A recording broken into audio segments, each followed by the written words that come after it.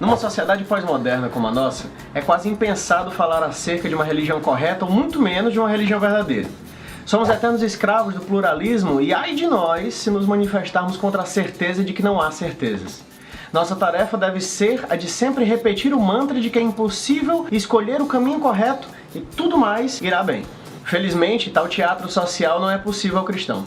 Somos chamados não somente a professar nossa religião, mas também a proclamá-la como a única e verdadeira religião. E é preciso deixar claro que quando eu digo que o cristianismo é a única religião verdadeira, eu não estou pressupondo que existem em contrapartida religiões falsas. Minha afirmação é de que o cristianismo é simplesmente a única religião real.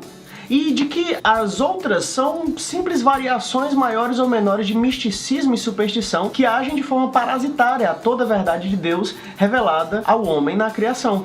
De igual modo, também não estou dizendo que não possam existir sombras de verdade nas demais cosmovisões opositoras ao cristianismo, uma vez que o homem caído busca sempre relacionar-se com a revelação, assim como nós falamos no meu último vídeo, e dessa maneira desenvolve modelos deturpados acerca da verdade de Deus. Assim, quando alguma cosmovisão afirma, por exemplo, que há um Deus, essa informação não é completamente errada, mas certamente é uma corrupção da compreensão do Deus triuno, criador dos céus e da terra.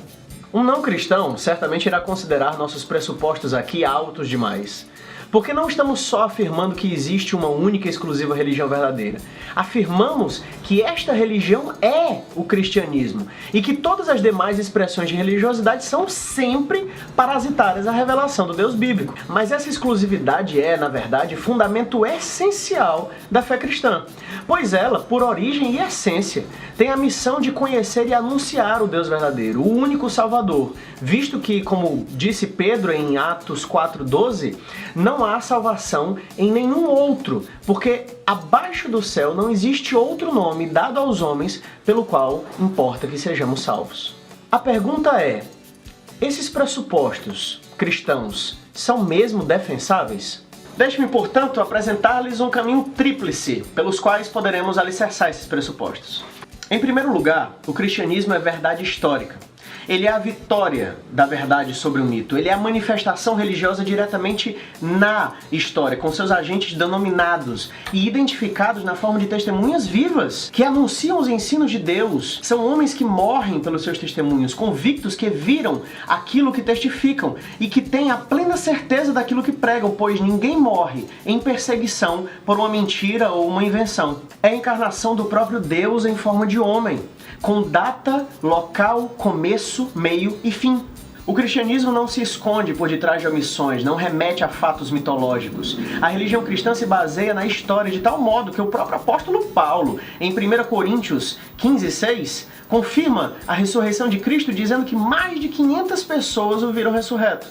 A verdade do cristianismo era, e é, visível e evidente ao testemunho humano. Ainda enquanto verdade histórica, é importante notar que o cristianismo também não trouxe uma mensagem socio-revolucionária. Jesus não era um guerreiro em luta por uma libertação política, como Barrabás, por exemplo. O que Cristo trouxe foi algo totalmente distinto. Foi o encontro com o Senhor de todos os senhores, foi o encontro com o Deus vivo e, deste modo, um encontro com uma esperança única e verdadeira que transforma o homem dentro e fora da história. Em segundo lugar, o cristianismo é verdade intelectual. O cristianismo é o esvaziamento do mistério. E ele apresenta todas as suas doutrinas a todos os homens indistintamente. Não há gnose inalcançável, não há elevação de somente alguns poucos ao conhecimento arcano secreto. O cristianismo é a conciliação verdadeira entre razão e fé, revelando assim que todas as demais fórmulas religiosas nem sequer são religião de fato, mas somente expressões supersticiosas que demandam por algo que nem mesmo conseguem atingir. Por toda a Bíblia, o que percebemos é uma unidade profunda e indivisível entre o conhecimento da razão e o da fé.